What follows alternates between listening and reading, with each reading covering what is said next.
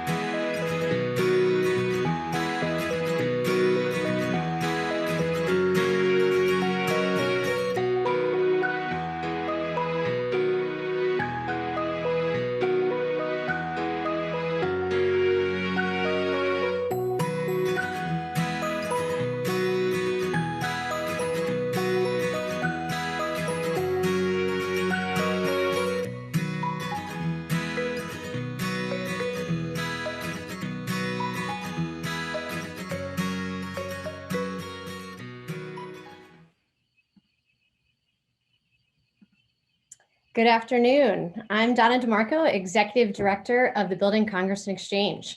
Thank you all for joining us today for our third webinar in the 2021 Construction Blueprint Series.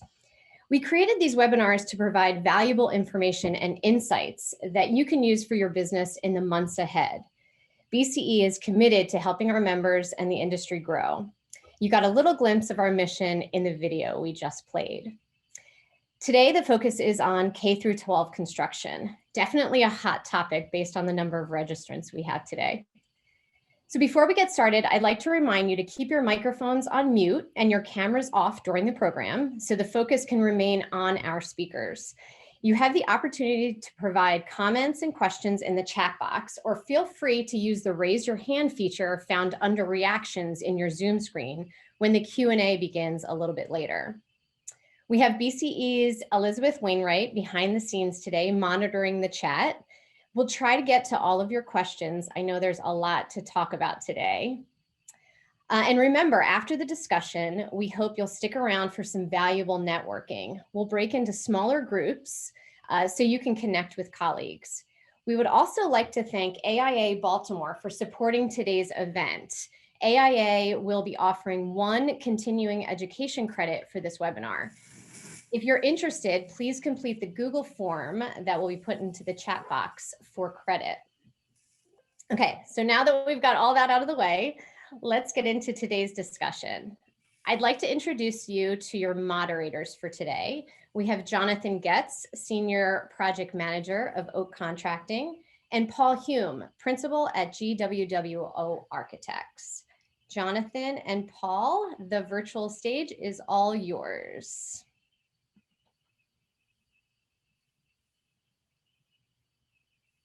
There you go, gentlemen. Thank you, Donna.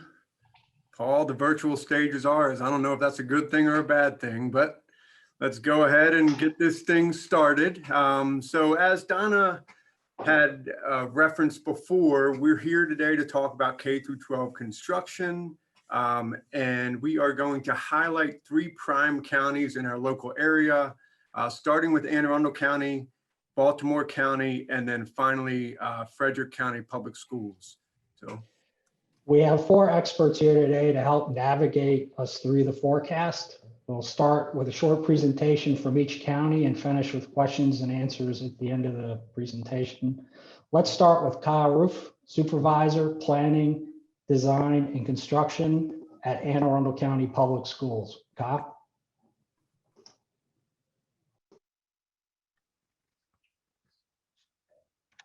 Thanks, Paul. Let me know when you guys have the presentation up. Looks good. you're good. All right. Good afternoon. I'm Kyle Roof, Supervisor of Planning, Design, and Construction for Anne Arundel County Public Schools. I'll be providing a brief overview of our future design and construction opportunities with us. We're in the middle of a pretty active bidding season. This spring, we're in the process of awarding approximately $300 million worth of work.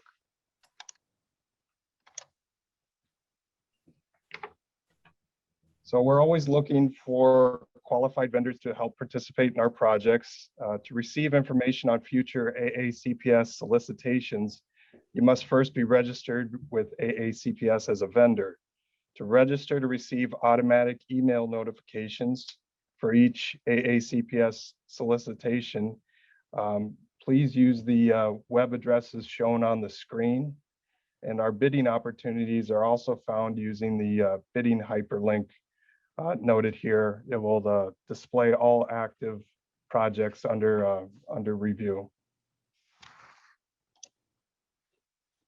So AACPS's capital budget is primarily broken down into two categories. We have major capital projects, which typically range between 140 to 160 million annually.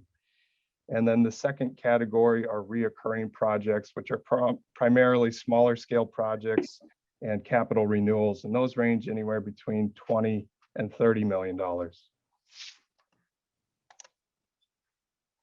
So this fiscal year, we are looking for requests for funding on 3 addition projects for pre-K and K. So we are looking at Sunset Elementary, which would be a 4-classroom addition, Brockbridge Elementary, which is a 6-classroom. Both of those schools will be out for bid earlier this spring, and Sunset is actually out right now. Mead Heights will follow behind, and that is a 4-classroom addition project. The next set of projects that we have are additions. We'll be putting one addition project, or looking forward to putting out one addition project for design early in FY22, and that will be Southgate Elementary School for a 4-classroom addition. Other than it says it. So the next major capital project is Quarterfield Elementary School, which was bid in February 2021, but there are still opportunities for subcontracting on this one. The school will be having a state rated capacity of 585 and will be approximately 184,000 gross square feet. We anticipate this project to be completed in August of 23. Next is Hillsmeer Elementary School, which will have an opening of the bids at the end of this month. The school will have a state rated capacity of 506 and will be approximately 68,000 gross square feet. And we also anticipate this project to be completed in August of 23. Rippling Woods will have a contract opening for bids in April of 21. It's currently out on the street for review. The school has a state rated capacity of 775 and will have approximately 100,000 gross square feet. We anticipate this to also be opening August of 23. Old Mill West will be our county's 14th high school. The state rated capacity for this building will be 2137. The project was already open and awarded to the primes, and we anticipate it to be completed in 2024. West County Elementary School is currently under design with an anticipated bid date in spring of 22, and it will have a state rated capacity of approximately 506.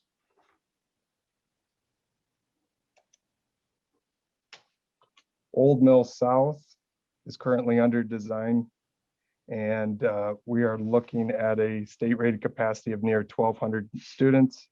And we also anticipate this one coming to bid in the spring of next year. He's not even in his cell. It just says get out. Okay. Reoccurring projects that we have, the following shows a list of smaller GC projects. These are usually awarded to shortlisted requirement contractors that we have already pre-selected, but there are larger projects, including the building systemic renovation projects. We're currently undertaking a North County High School HVAC project, which is roughly about $36 million. We see more of those projects coming out in the future. So for future bidding and design opportunities, that's one area where larger scale projects are available. Upcoming projects include the Old Mill Complex rearrangement. So over the next decade, AACPS will working on dismantling and reconfiguring the Old Mill Complex in Millersville. This program includes the construction of one new high school, replacement of 2 elementary schools, 2 middle schools, and 1 high school, as well as a Center of Applied Technology, or CTE Center. The current Old Mill Complex holds approximately 4,400 students in grades 6 through 12.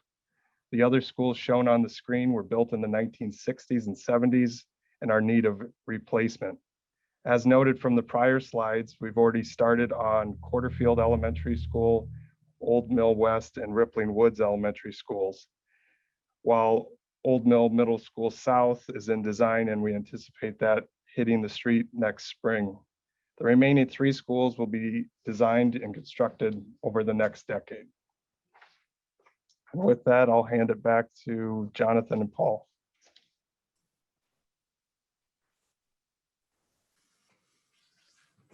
Kyle, thank you. That is a ton of work coming out. I know it's music to everybody's ears here on the call. It's exciting to see all the work that we have in Anne Arundel County. Now, to keep moving forward, our next presenter, Merrill Plate, Director of Facilities and Construction and Improvement, Baltimore County Public Schools. Merrill, your show. Thank you very much. And let me know when you can see my screen. You are good, sir. All righty. As Jonathan said, my name is Merrill Plate. I am the Director of the Office of Construction and Improvement for Baltimore County Public Schools. And I'm going to show you what we've got coming up. But first, I'd like to get a little bit of historical context. As some of you may know, starting in 2011, we had our Schools for Our Future program.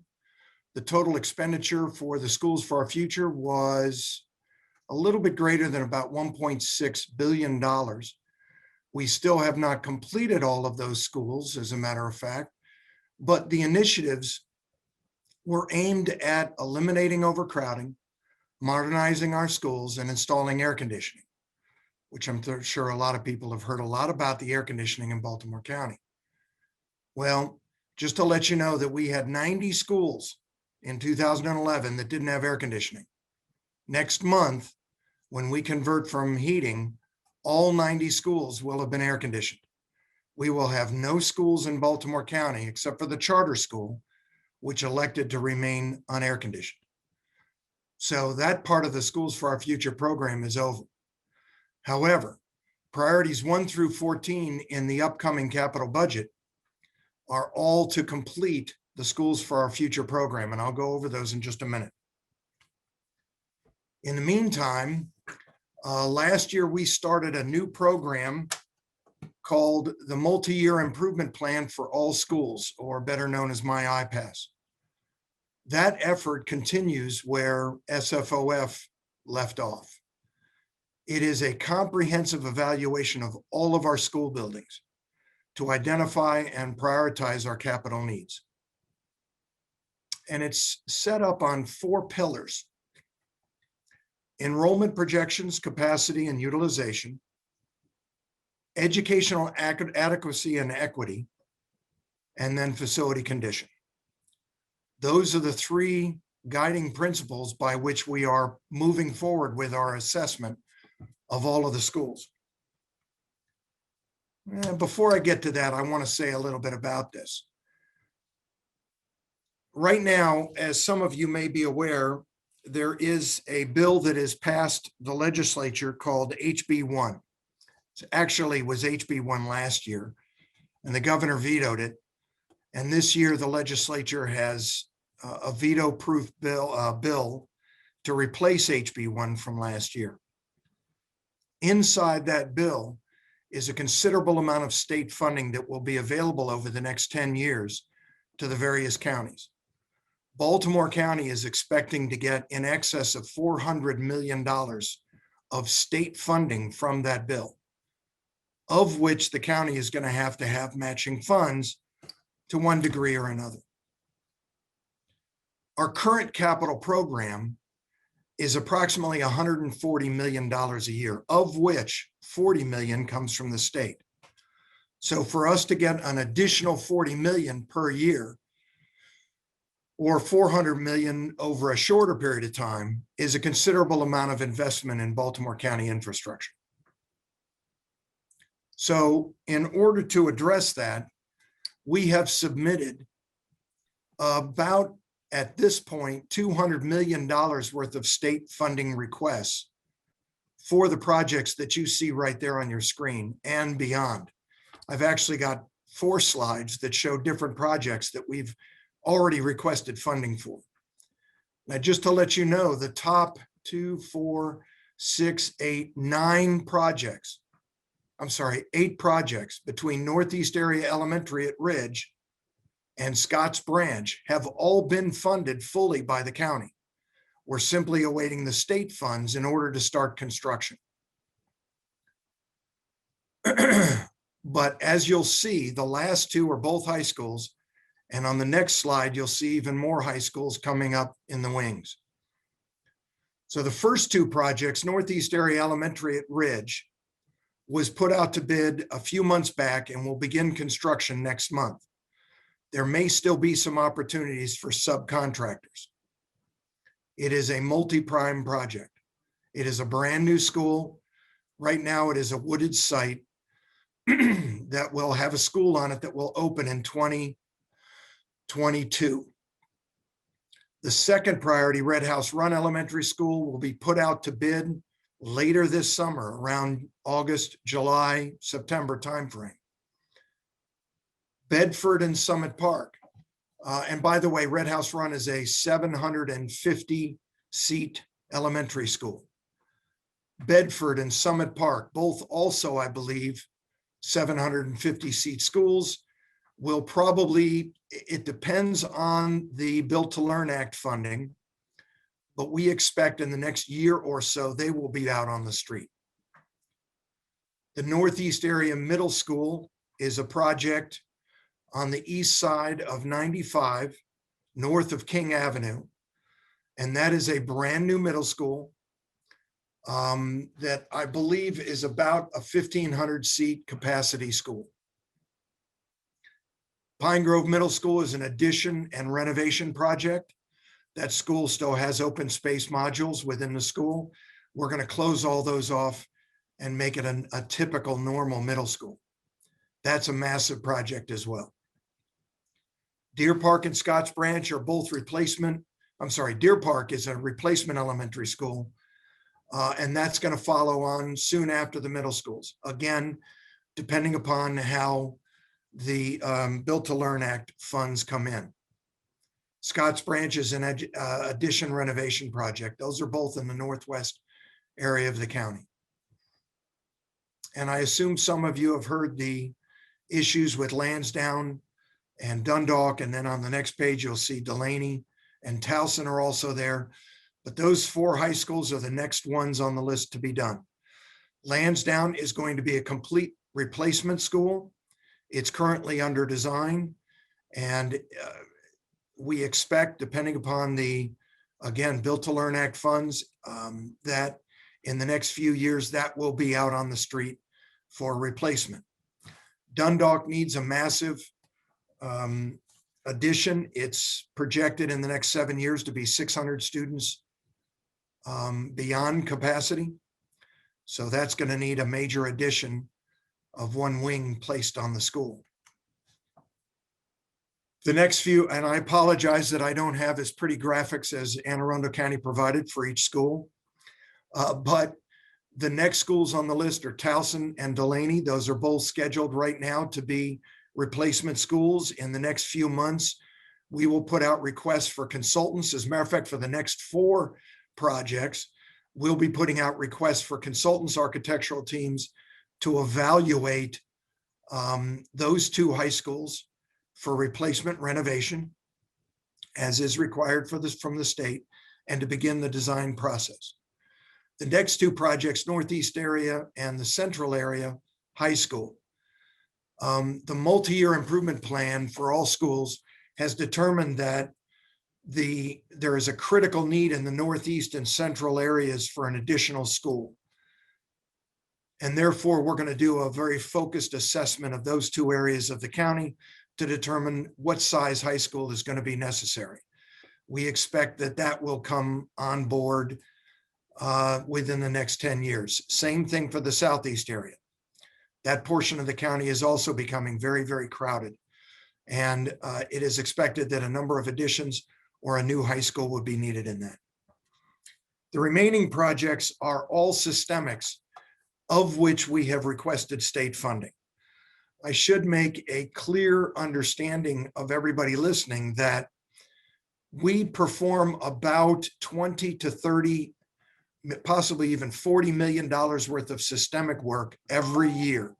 We have that under contract. Right now, our entire capital program is about $750 million that are active projects everywhere from planning to closing construction. But our systemic work, this is just the number of systemics that we are requesting state funding. And that's 2, 4, 6 on this page, 2, 4, 6, 8, 10, 12 on this page, and another 6 on this page. So that's just what we're asking for state funding. We have another, I'm going to say 50 projects that are in the works where we are going to need consultants, and then ultimately we'll be putting them out on the street for construction. We are expecting a very large influx of construction need over the next 2 or 3 years. So with that, I'm going to, obviously we're not going to ask questions at this time, but I just wanted you to understand that if you need to know how to get on our active contractor list, you need to contact Melanie Webster or one of the individuals over in purchasing. If you have any questions about the activities that we have on our construction projects, you'd want to talk to my manager of construction, Phil Maddox, and there's his contact information right there as well. And with that, Paul and Jonathan, I'll turn it over to you. Thank you, Merrill. Really appreciate that. With the volume of work that both you and Anne Arundel County have been talking about, it looks like you're going to keep us busy for quite a while. Now let's hear from Paul Lebo, Chief Operating Officer, and Adnan Mamoon, Director of Capital Programs with Frederick County Public Schools. Paul, Adnan. Good afternoon. Thank you very much for having us. Hopefully you are seeing my screen now. If we can not, see it fine. All right, perfect.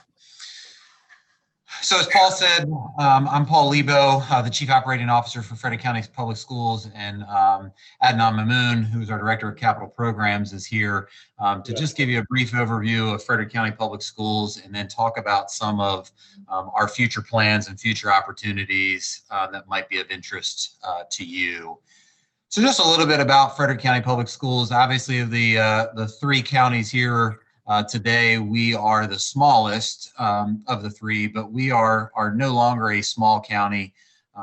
We are approximately the 7th largest in the state now, and we are continuing to be a growing community. And I'll talk about that in a second here, but just wanted to give you a little bit of flavor for the size of our existing facilities. And as you can see, we have averaged about a school a year over the past 25 years, in addition to renovation and projects in that same time period. But just this is a little bit about the road ahead for us. We have 46 buildings that are 25 years old or older. We continue to be a growing county. All of our enrollment numbers are somewhat of an approximation due to obviously the challenges associated with COVID. We have continued to see exponential growth in our residential housing communities even throughout this pandemic. And while we saw a slight decline in enrollment this past year, based on the data that we have available to us, we expect that the majority of those individuals who opted out and chose routes such as private school or homeschooling during this period will come back to us as we enter a more traditional model for what we hope is the fall of 2021. And as you can also see, we've got our projected enrollment growth through 2029 there. Some of our current projects that we have underway, again, we just wanted to throw this in as a flavor of the type of work that we have ongoing because we see this continuing for the foreseeable future. We have 2 elementary schools under construction currently. We have our Rock Creek School, which serves our students with some challenging disabilities, and then we have a middle school addition project that is underway. We also have a project into design. Again, the bidding information is there, and then Adnan is going to talk about some of our large scale or long-term planning projects here in a second. But obviously that project out in Brunswick, which is in the southwest portion of our county, is probably the most enticing for this group. But as Merrill talked about, we do expect to see some dedicated funding as a result of that House Bill 1 legislation. While it's not quite on the same scale as Baltimore County, the anticipated numbers, the estimates provided in that legislation are over $110 million in state fundings as part of that legislation. And then obviously we would have to see an appropriate county match associated with that. And so there is definitely work in Frederick County for the foreseeable future. We are always looking for increased partnerships and opportunities with other firms, and we look forward to some of those opportunities. And with that, I'm just going to turn it over to Adnan, who's going to talk through some of our planned projects in the out years. Yeah, thanks, Paul. Good afternoon, everyone. Wanted to briefly touch on some of the upcoming projects as well as the procurement methods, and we'll provide some information, hopefully, that can help folks that are interested. And we're always looking for people to come work with us. So we'll provide some information at the end of the presentation about where to find additional info. Currently, we have 2 feasibility studies underway. The Green Valley and the Valley Elementary Schools are similar schools built in the era of open school design. They're undergoing a study to see the options that we might pursue to either replace, renovate, or put additions to those buildings. Those studies will be completed this spring, and we'll take it to the board soon for a decision as far as which options to move forward with as far as replacement of those schools go. We have 1 project currently in procurement. It's a limited renovation project. It is a new type of project for us. We've done a lot of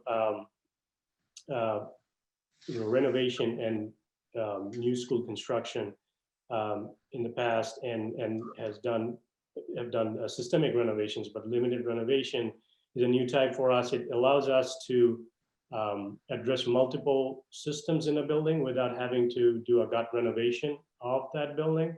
And we finished a study last year that helped us identify Thermont as a prime candidate for this. It's currently under review by state for state planning approval. And we have a procurement underway for design builder to be on board, hopefully by May 2021, pending funding confirmation and board approval. And then once that approval is in place, we'll start the design process for that project in June, and then the target trade bidding for that project would be early next year, hopefully in sometime in January, February of 2022, with construction starting in June of 2022, and it would be completed over 2 summers, June 2022 and then again June 2023 to complete the project. The other upcoming projects in our educational facilities master plan are Crestwood Middle School addition. It's very similar to one of the projects that Paul has already mentioned, the addition that we're doing in Oakdale Middle School. That's those 2, Crestwood and Oakdale, are very similar middle schools with an addition that was planned when it was originally built. So it's on our facilities master plan as the next project that we will be moving forward with. It will be very similar to the procurement method, possibly to go through the design build method that we utilized in Oakdale, which I'll talk about in a minute. The other projects in our EFMP is the Valley renovation, which we mentioned that we're doing the study right now, and then Green Valley renovation and replacement is the two upcoming projects. And beyond that, in our educational facilities master plan, we have also planned for additional limited renovation projects. As we move through the limited renovation cycle, we start with the Thermon project, as mentioned earlier, and then hopefully starting next year, we will start planning for our second school to be going through limited renovation, and we'll be asking for local and state funds at that point. I'll touch briefly about the different things we have started to do in our county as far as procurement goes. Historically, Frederick County has used general contractor method for delivering our new buildings and renovation projects. For the most part, I believe over the past 10 or 12 years, we have extensively used construction manager agency method with prime contractors, where the county would be holding the prime trade contractors, divisions 2 through 16. And that we have done quite a few schools successfully in that method in the last 10, 12 years. About 2 years ago, when we started talking about the Oakdale Middle School addition, due to the timeline that was needed to deliver the school, we have considered and been approved by IAC to move forward with a design build method. That's what we're implementing at Oakdale Middle School currently.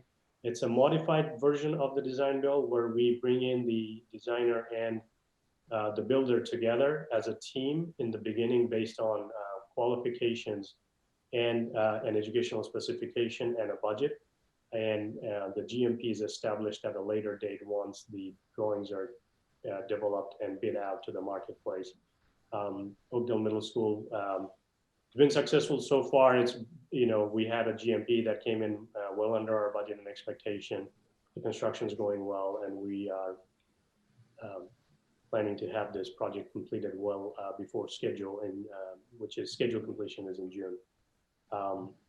And we plan to utilize this method for Thermont Elementary School limited renovation, as well as the Crestwood Middle School that's coming up. We used to have a pre-qualified CM list for our CM agency models. We have recently updated that list and pre-qualified construction managers that are capable of performing both CM agency projects as well as CM at risk projects. And last year we bid out our Brunswick Elementary School, which is currently under design, and that will be our first project delivered utilizing the CM at risk model. And Pat, as Paul has already mentioned, we are always looking to expand our list of pre-qualified vendors. We have pre-qualified lists for design consultants. We have pre-qualified lists for small construction vendors, as well as commissioning agents and other consultants that help us with designing of our small renovation projects. So we're constantly trying to update those lists, and we are interested in working with a diverse group of consultants and vendors. Some of the useful links. In order to work with our purchasing departments, I'll go with the last link first. Everybody has to be registered through our purchasing site. And if you go to our website, fcps.org, and under the link that I provided, if you click on that, that provides a link to registering as a vendor within our system. And that way you will be able to get notification when we have new projects upcoming. You'll get notification, or any addendums that come out is sent out through our system. The Educational Facilities Master Plan that both Paul and myself, we talked about, you can get a copy of that on our website under fcps.org under capital programs and EFMP. And our CIP capital budget is also available under our capital programs under our FCPS website under capital programs department. and capital budget. And I think we are holding the questions for later. So I'm going to now turn it back over to Paul and Jonathan.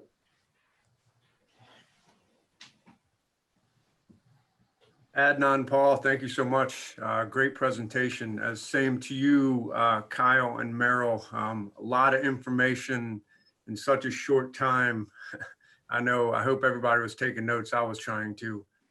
So with keep this thing moving, we're going to dive right into our discussion, but we want to remind the attendees there's a chat feature. If you have any questions, type your questions into the chat or use your raise your hand feature. We'll get you up on the screen and you can ask the questions through that feature.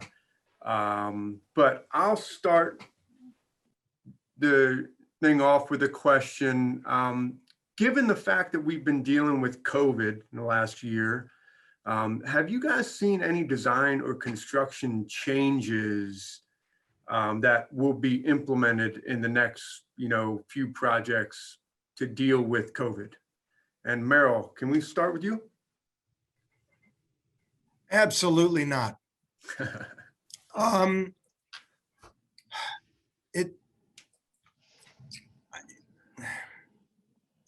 To answer it bluntly, no, I don't see any particular way that we have talked about that will address COVID directly. However, I think you'll probably see some things that we're doing in the ventilation systems, in the nurses' suites, and in some isolation rooms that may be a little different from the way we've done it in the past. Generally speaking, in the past, the ventilation and the air conditioning and heating system for the nurses' suite was linked to the administrative wing. So the nurses' suite and the health suite were all part of the office area. We're probably going in the future to isolate that a little bit more. Most of the other things that address the COVID concerns is more of social behavior than it is facility improvements. So I don't see very many other improvements in our end, unless the other gentleman can tell me that they have. Baltimore County's not moving in that direction. That's good to hear. Kyle, Paul, Adnan, you guys want to chime in? Have you heard or seen anything related to COVID for design or construction changes? No, we're kind of in the same boat as Merrill. We are not making adjustments to our facilities based on COVID. I think you'll have a stronger emphasis on HVAC improvements, but overall projects, but not specific changes to the overall facilities. No, I'd agree with what Merrill and Kyle have added. And I certainly think the recommendations about how to operate the building are certainly easily done in our newer facilities. So I don't think there's really a drastic need in terms of a COVID response based on our existing designs with our mechanical systems. Thank you. Thank you. Well, I'm not seeing anything in the chat. I know I did get a text message, so I don't know. Don't be scared to use the chat feature. To talk about delivery methods, I know Frederick, Adnan, you had really dug deep into the design build portion. Merrill, Kyle, do you want to talk about delivery methods of your projects upcoming? Kyle, you want to go first? Sure. Most of our upcoming projects, the major capitals, are still running under the construction management as an agent with multiple primes. We haven't quite ventured into the CM at risk category. And then the smaller projects, when we get to the addition projects and anything smaller than that, those are primarily GCs. Baltimore County is pretty much the exact same way. We tend to do multi-prime, although with the size of the high schools that are coming up, we're toying with the idea of either going GC or looking, in order to bring some of the big boys into the county to start bidding on our work, or we'll remain as multi-prime on the larger projects GC on the medium-sized projects. And then of course, we have not gone into design build. We put our toe in the water on design build, and we did a couple of projects and they didn't work out quite as well as we wanted them to. So it may take us a while to put our toe back into that water. But we're pretty much going the standard GC and multi-prime methodologies. Yeah, that's great. I have a question here. As most of you know, there's a procurement method that you follow both for design and for construction. And this is probably more relevant to the prime kind of construction management firms and or architects, but very open-ended question. What do you look for in a proposal? And you could cross the lines into also the presentation, the interview, if one's lucky enough to get there. So I'm basically asking, what are you looking for? And you could avoid answering it for the design professionals, and we could talk offline. So if you just want to talk about the contractors, that's great. No, I'm kidding. For the contractors, it's easy. Low bid.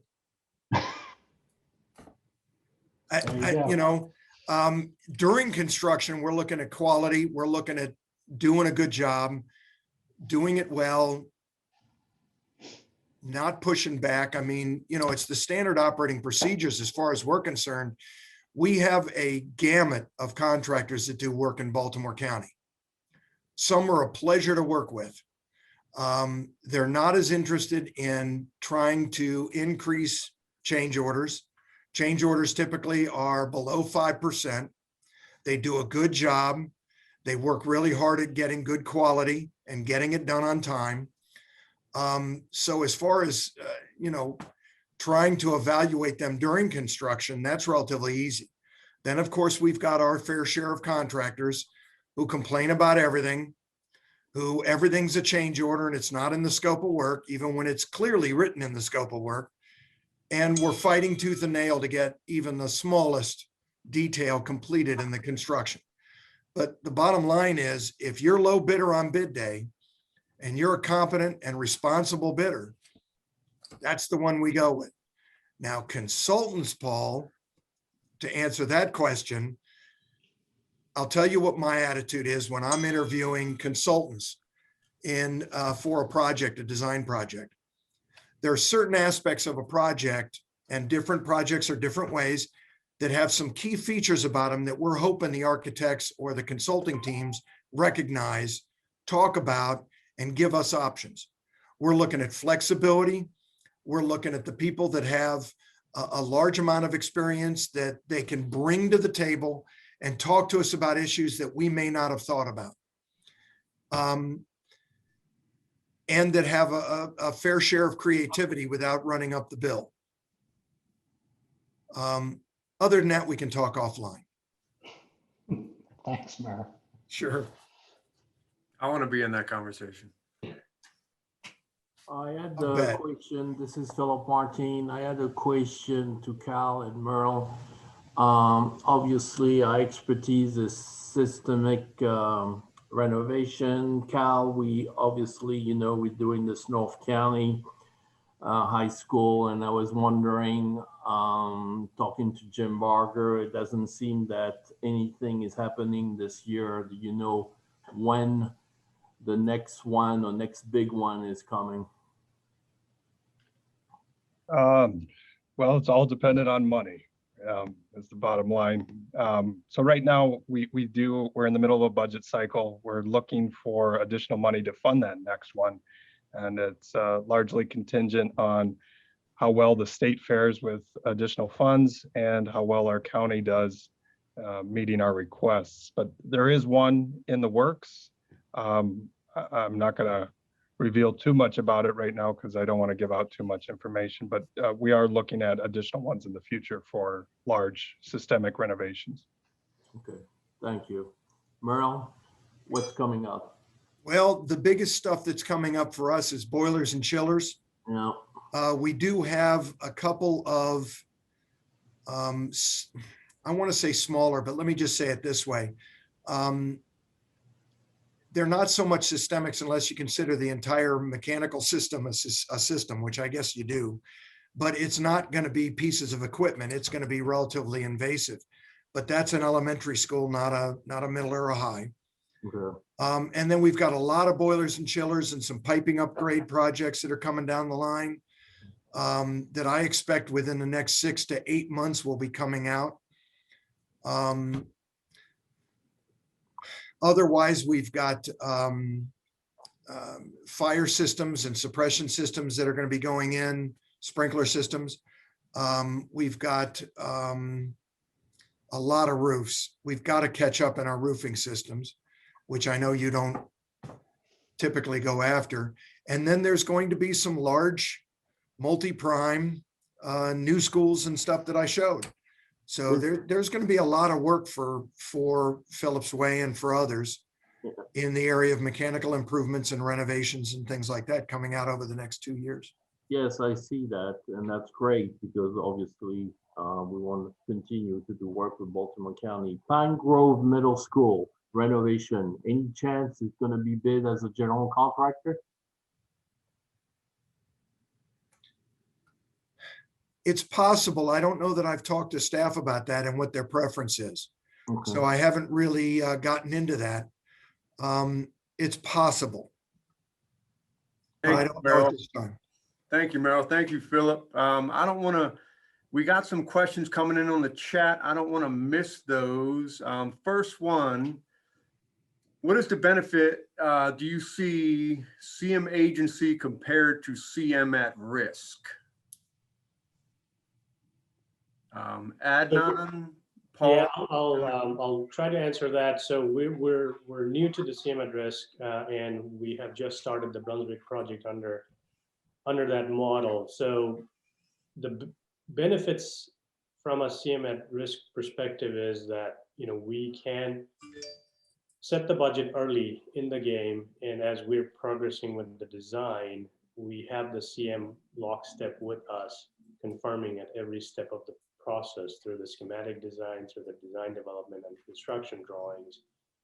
And the benefits are that, when we get that guaranteed maximum price on bid day, that is all encompassing, that, there is no surprises beyond that number, unless obviously, there are certain situations, obviously, act of God or unforeseen conditions that nobody knew about that could still have some risk left. But as far as the scope goes, there is no creep, there is no surprises beyond what we decided to do on bid day.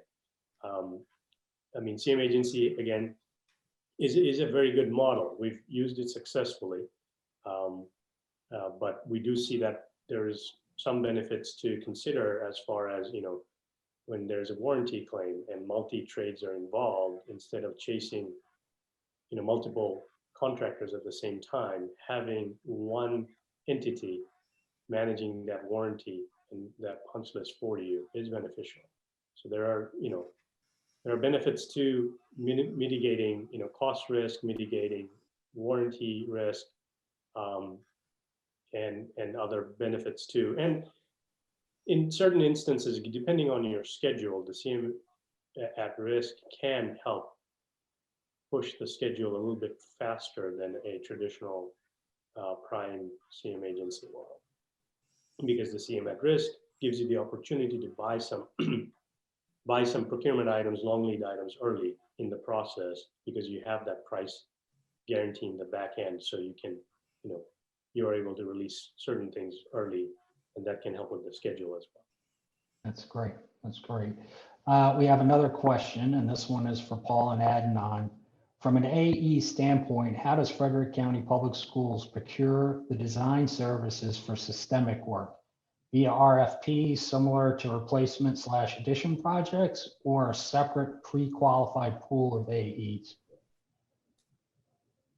I can take that one too. We do have a pre-qualified list of AEs, and it's, it depends on, we have architects on that list, we have MEP engineers on that list, we have geotechnical engineers on that list, and And so I think we go through that pre-qualification every 2 to 3 years. And once you get on the list, you stay on that list, for that time period. And then once we have a project like that, unless it's, the effort's under, I believe, 10,000 or 25,000, Paul, you might have to correct me on that one, that, we can single source it, go to a single vendor, depending on their expertise. If it's under, I think the threshold of 10,000, if it's over that amount, we do get, pricing from 2 or 3 vendors out of that list. And at that point, it becomes a price-based competition because they're all pre-qualified. Oh, cool. Thank you, Adnan. There's another question directly to you, so don't go away. At DC Public Schools, you've used design build. How was your experience with that method? Would you prefer CMR over design build? Okay. Thanks for that question. So yes, I have experience with design build method at DC Public Schools, which allowed me to bring that experience over and utilize that for the project we're doing at Frederick County. So I've obviously have previous experience with CM at risk as well. So this choice, I think, is not a personal preference. It's more of a, I think the situation of the project demands, which delivery method we would choose. Like, I think Oakdale Middle School, for example, on our side was a prime example where I think design build gave us the opportunity to move that project fast through the design as well as start construction in a very timely manner, which would have been definitely difficult on a design bid build method.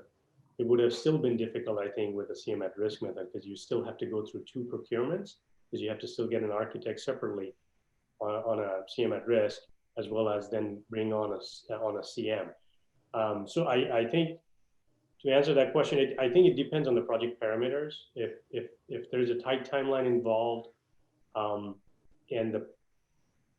the ed specs or the program information is pretty tight, that you know exactly what you want, which was the case at Oakdale. I think design build is a very applicable delivery method. If time is not a concern, or not as big a concern, I think CM at risk is also provides a lot of benefit. I think both the methods gives you that guaranteed maximum price protection. I think that in and of itself is beneficial for both the methods, but it depends on the timeline. So if it's faster, I would say design build. If it's a traditional timeline, I would say CM at risk. That's good to hear. Paul, what else you got over there? I don't see any additional questions at this point in the chat. Does anybody have anything?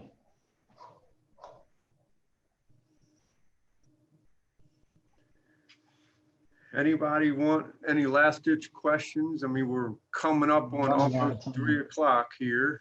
If you have any other last ditch items, I had a couple things about, what's happening in Annapolis, what's happening at the federal level of millions and billions of dollars being pumped into construction. And I think that's what Merrill and Paul, you had hinted on before. So we're going to see the benefits of the money inflow back to the contractors as more work comes out. And you guys just want to clarify that the stimulus money and the Kerwin Commission money will be going towards construction. You're on mute. Sorry, forgot I've muted myself. The bills there are several bills that are impacting how that money is available to be spent. One of the bills actually makes eligible design fees and FF&E costs. So that's going to change the amount of money and the way it can be distributed into any given project. So that will change some things. the laws as itself has some changes in how that money is procured, because the money is actually going to be bonds that are floated by the Maryland Stadium Authority. So, and there's memorandums of understanding. There's two of them, primarily two different types. One is going to be between the IAC and MSA to define the roles of each party in a particular project. So you're going to have some roles, I would think, from the IAC where they're going to review and evaluate the efficacy of a particular project.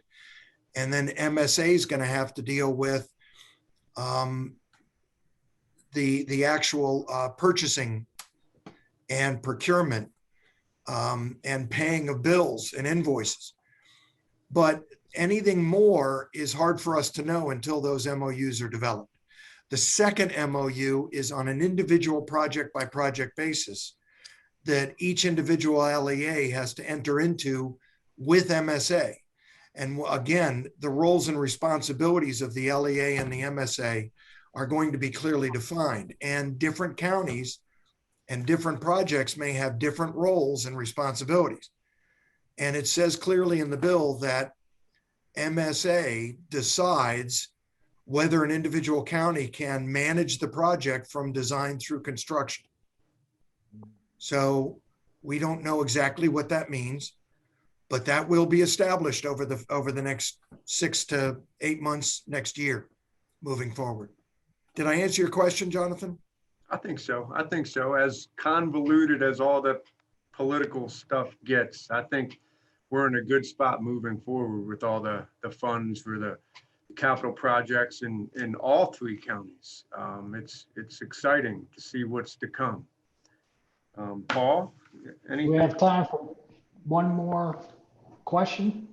I think we do.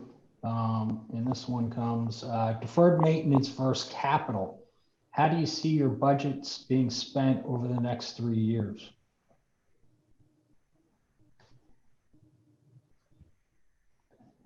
I think it depends on what type of growth you're having within your county. A lot of our replacement schools are dealing more with capacity issues. So we're replacing the schools from the 60s and 70s, and we're increasing the capacity of those schools at the same time. But we're also seeing a major need for capital renewals when it comes to systemic replacements of HVACs and other components within the building. So I kind of see both happening within our county.